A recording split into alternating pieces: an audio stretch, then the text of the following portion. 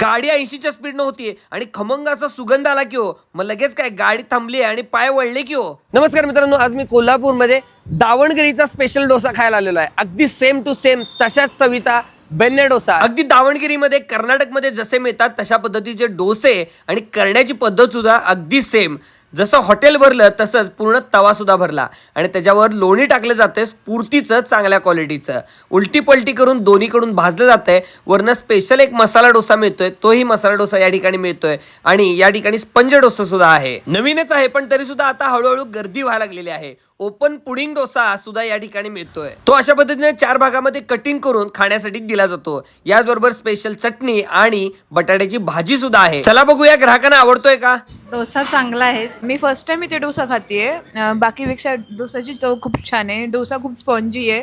तर मी इथं माझी 3rd टाइम आहे मी इथं यायची.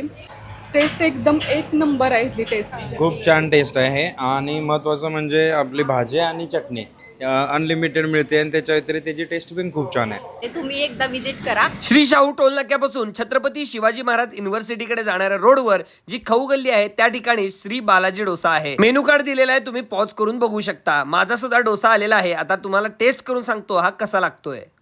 एकदम कुरकुरीत झालेला आहे. भरपूर जाळीदार असा डोसा बघू शकता. घट्ट आहे चटणी, त्याला पण पाणी वगैरे मिक्स केलेलं नाही. खूप मस्त आहे, नक्की ट्राय करून बघा.